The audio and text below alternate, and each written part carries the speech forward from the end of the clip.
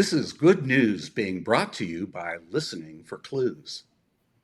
We are Lauren Welch and John Shematek, deacons in the Episcopal Diocese of Maryland. We sure are. And today we've got a special guest. Dr. Dorothy Adamson Holly is joining us. Dr. Holly, Hey. hey, good to see you. Also known as Drum Dr. Dot, which is very cool. She's a developmental psychologist and licensed clinical social worker who integrates psychology and spirituality in clinical practice. She's the founder and psychotherapist of the Breathe Holistic Counseling and specializes in working with clients who have not responded well to traditional treatment. Dr. Holly is the creator of Drumetry, an art form that integrates African drumming and poetry. She's an author, recording artist, songwriter, vocalist, percussionist, dancer, harmonicist, and healer through music. Dr. Holly is a proud member of the Baltimore-based band Roses and Rust. Welcome, Dr. Dot. Thank you. Great to be here. It's great to have you, Dot. So tell us, what inspired you to create Drumetry? Woo. Okay. The inspiration for Drumetry came technically, let's start like how the whole idea came about. I write poems and, just had poetry. Cool. So someone invited me to come to play or actually to recite one of my poems at the Creative Alliance. It was something through the Maryland State Arts Council. I'm like, okay, cool. And I said, well, okay, instead of just going and reciting a poem, I'm a drummer. Let me try to figure out how to have some background music playing with the poem. So I figured that out. I got it all syncopated, the timing, everything was perfect. Unfortunately, the invitation was really not for me to present the poem. It was for me to do something else, which had already said wasn't really interested in doing. So I get to this place and it's not what I expected it to be. And so I'm like, no, we're not going to do that because I couldn't do my drumetry. So I say that to say every time life offers us a challenge, I make it into an opportunity. So had that not experience not happened, had I not had that invitation, I never would have really thought to put, some drumming behind poetry. So that's technically how Drumetry was born. So from there, I started saying, whoa, mama, this sounds hot. I mean, it was fire. I love drumming. I love poetry. Why not integrate those? So Drumetry is the integration of drumming and poetry. That's how I coined the term drumetry, drumming and poetry. And so from there, every piece of poetry I figured out an African rhythm or African pattern to back that. And that's how drumetry was born. And now I have two drumetry albums, CDs, or whatever. We don't listen to CDs anymore, but it's all online. But it was born out of that experience. And someone invited me to come do something and like flip the switch on me at the last minute. I'm like, well, guess what? Yeah, it happened anyway. Yeah. Wow. And so, Dot, how long have you been drumming? Is this something you've done since your young age or something you learned later in life? Well, I always say it may sound a little trite, but I've been drumming since I was in my mother's womb because that's the first drum beat that I heard. And in one of my pieces of poetry called Why I Drum, it starts with, the drum beat in my mother's womb with the first drum that I ever heard. And that is very true. I'm always fascinated with rhythm. I can pick up patterns and rhythms in everything. When rain drops, I hear you can hear it. It's in everything and I can't escape it. It's kind of weird. It's a gift and a curse at the same time because when I'm trying not to focus on patterns, it's right there. So I started drumming formally in, I would say like 2008. I can say consciously because I was at Loyola's program. It was a postdoctoral program with spirituality, integrating spirituality and mental health. And so I was in a company in Baltimore. I was an African dancer, awesome company, but they didn't allow women to drum. So Hmm. I love drumming. Drumming is taboo. It's still taboo pretty much in African culture. There are a lot of taboos around like the drum that I play several kinds, but the kind that goes between your legs. It's said that women aren't strong enough to handle its power. If you drum with a drum between your legs, you won't be able to have children. It'll fry your eggs. I mean, a lot of stigma around that. And so Hmm. I was like, okay. And at the end of the dance class, typically there's a solo circle that's formed, and the women go out and they strut their stuff and find out, like, this is what I learned in class. It's a lively scene, and the drummers are all around. And I'm always lying on the floor with the drummers. I never get into a solo circle. I'm not doing that. I want to drum. So I went to Senegal, West Africa, and I watched people in Africa. I'm like, look at this freedom. When they were dancing as if like some movement that they were doing, like their head was going to drop off their shoulders and roll down the floor. I mean, it was totally uninhibited. The energy was so high, and these were women. And I'm like, whoa. So I came back to Baltimore. I got permission from my ancestors to drum. And so I came from class in Loyola. I had my drums in the back of my car. Back then, I was playing the June drums, the drums that you play with sticks. Had the drums in the back of the car. There's a class at UB Blake Center downtown, and the teacher's name is Babakat Njai. He's now in California. He had a company here called Return to Gore. So I walked up the steps, and I looked at him. I said, Babacar, can I drum for your class? He said, of course, Dr. Dot. I mean, I flew down the, I mean, I think, I don't even know if I hit any steps. I ran down those stairs so fast. I popped my trunk. I got my Junes, and I went upstairs, and I've been playing drums ever since. I mean, the class is like an hour and a half, and you're playing nonstop. And the ironic thing is, you would think that after an hour and a half of drumming, you would be exhausted. I had so much energy. I was like, okay, what's next? It was so much fire. So that's what was my formal introduction to drumming. I started drumming in Baba Car's class, and I would go every class. He let me perform with him. I was on stages performing with him. So thank you so much, Baba Car, out in California, because had it not been for him having faith in me and having the trust that women, yes, this is a platform for women. Women can drum. Why not? Yeah. And then from there, I studied with someone, Baba Dam in DC. I would go to his class every Friday, and he just stuck a djembe in front of me one day. This is the drum that you place between your legs. He wanted me to learn djembe, so I learned djembe. And before that, Baba McKnight, Baba Baile up in Forestville, I was taking some classes with him. So the door had just fled wide open. I know that's a roundabout way to answer your question, but I've been drumming formally since. Oh, it's another thing too. When I was in elementary school, I remember specifically, I always drumming on the table, right? You're supposed to be in class paying attention. I'm telling you, I hear things and I'm just tapping out patterns. And the teacher would always tell me to sit on my hands. So I had to sit on my hands, but my feet didn't stop my feet. And then when everything was else, I stopped drumming in my mind. I started drumming in my body.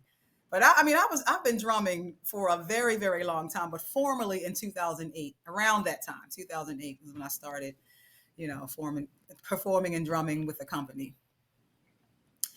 Be careful if you ask me a question. You already know. I love these answers. But Yeah. What has surprised you about drumming and your experiences?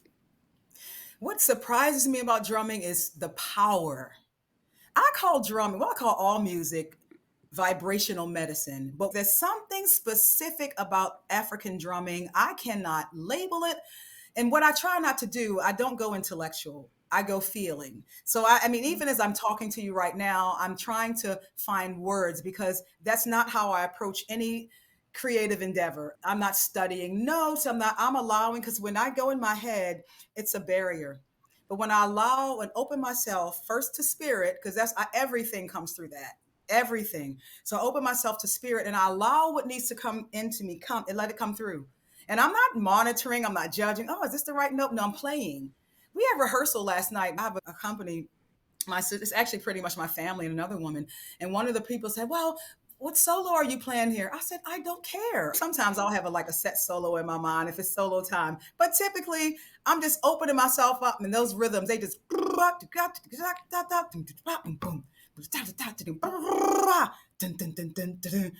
because whatever the grounding rhythm is playing, I'm going to jump on that and ride it. So it's not really a matter of intellect. It's not like I'm thinking about it. But what surprises me about rhythm, to get back to your question, or drumming, is its power.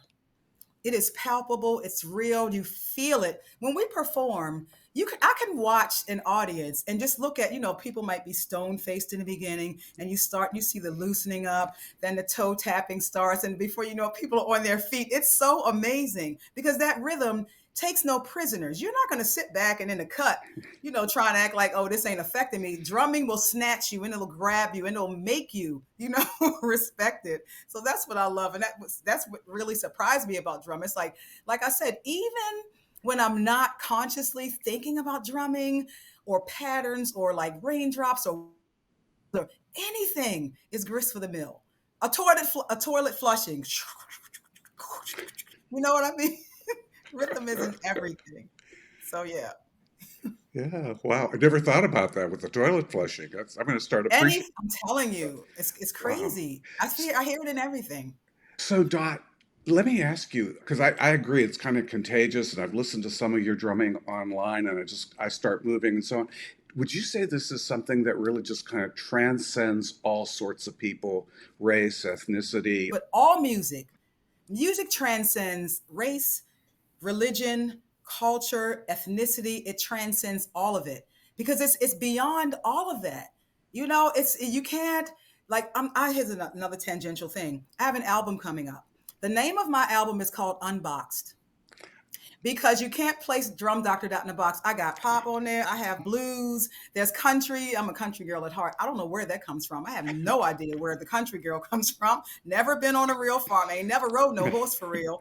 But something in me called country. I got received 2 songs that are like so pure country. Like, well, where these songs come? I ain't no country girl. That's why I call myself the urban cowgirl. But the djembe is considered a unity drum.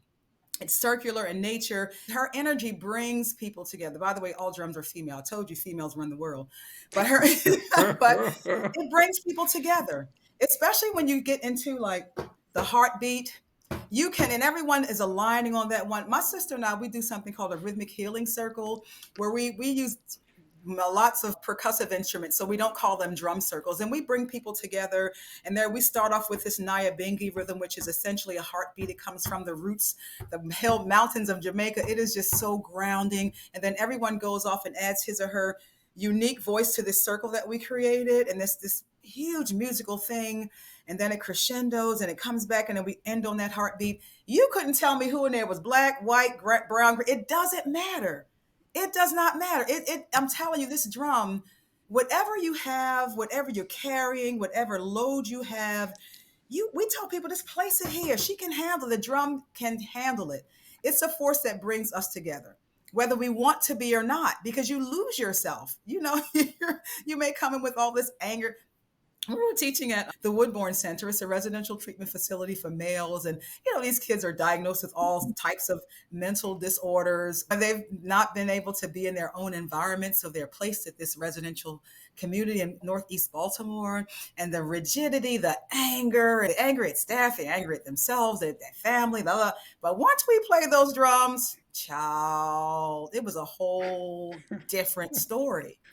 And the therapist afterwards would tell us, the guys who are participating in the drumming class, we really see a difference. They're opening up in therapy. And that's the thing too. Not only is drumming and music a great connector, it opens. The vibrational medicine, I will keep going back to that. It opens up. If you think about the chakra system, it touches every aspect of your body. It hits you at a cellular level that you cannot resist. Cannot. I'm sorry. You may want to fight, but trust me, you're going to fall eventually.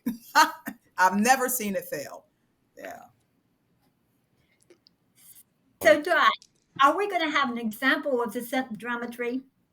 Absolutely. Have drum will travel. Have drum will Yeah. Actually, I was sitting here trying to think of what piece might be appropriate. I have a piece called Enough, because I work with a lot of women in particular who've gone through a lot of stuff in relationships. And every part in this piece that I'm going to perform is true, except for one. I'm not going to tell you what part isn't true. What I help people to do is to find themselves. And this piece I wrote Enough because a lot of people think that they have to do certain things, or I'm not enough, I'm not good enough, I have to jump through hoops in order to prove myself. You were born enough. There's nothing more that you need to do. God created you whole. You will be whole for the rest of your life, and the only person that can stop you, or whatever, it's yourself anyway. But I wrote this piece, and I'm hoping I'm going to have a couple choice words, and hey, I'm going to try to eliminate them and say something a little milder because, yeah, we're in church. All right. All right. I'll do enough because I was thinking another one called Golden Handcuffs. It has to do with work. People who are overwhelmed in work, which is most of us in our Western cultures, we workaholics. Well, let me say the US because I've been in France and other places and they really don't act like us. So I think enough. Yeah, I'll do that one. Yikes.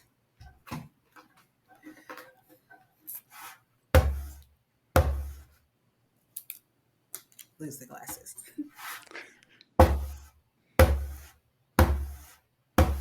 You had me false believing I possessed no worth. And when my spirit was high, you kicked me under the earth. Survived your hell and now I'm ready for a soul rebirth. With you, I thought that I was never enough. I break it down. I bent over, triple, double backwards for you. I did everything your sorry tale asked me to. There's nothing in this world I wouldn't do for you. But it was never enough. You told me to seek a personality change, and so I flipped the script from super sane to super deranged. You didn't like it, called me crazy, so I flipped it again. But it was never enough. I lied for you, swallowed my pride for you, took that ride with you, Bonnie and Clyde with you. I did everything short of suicide for you, but it was never enough.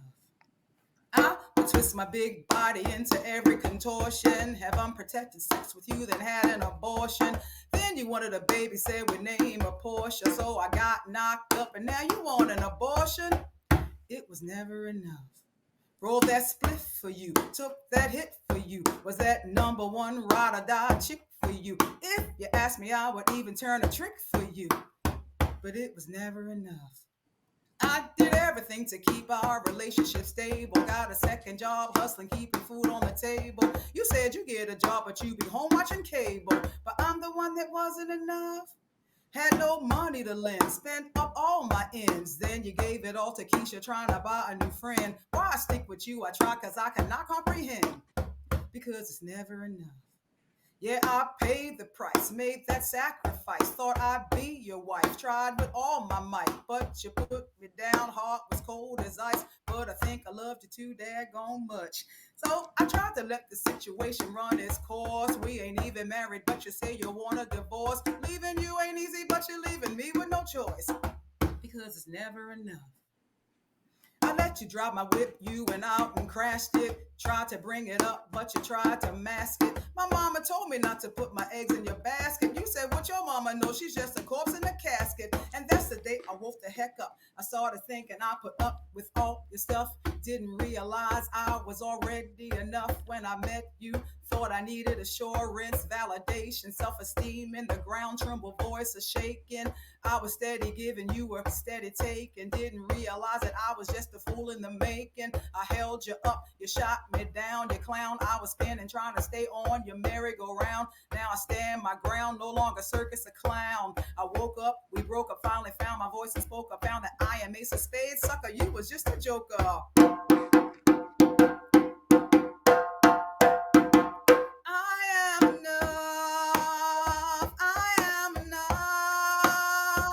You tried to hold me down. What was lost has now been found. I am enough.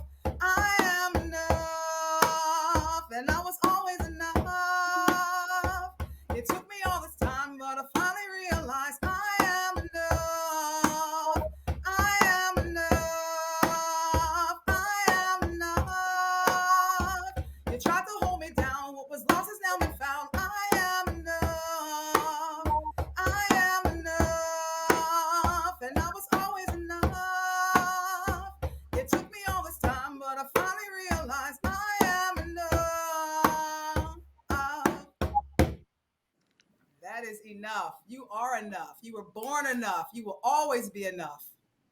That's it.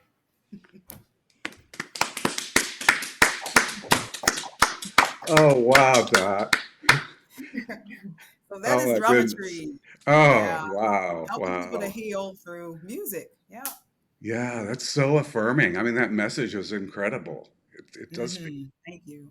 Yeah. Yeah. Thank, oh, thank you. Thank you. Wow.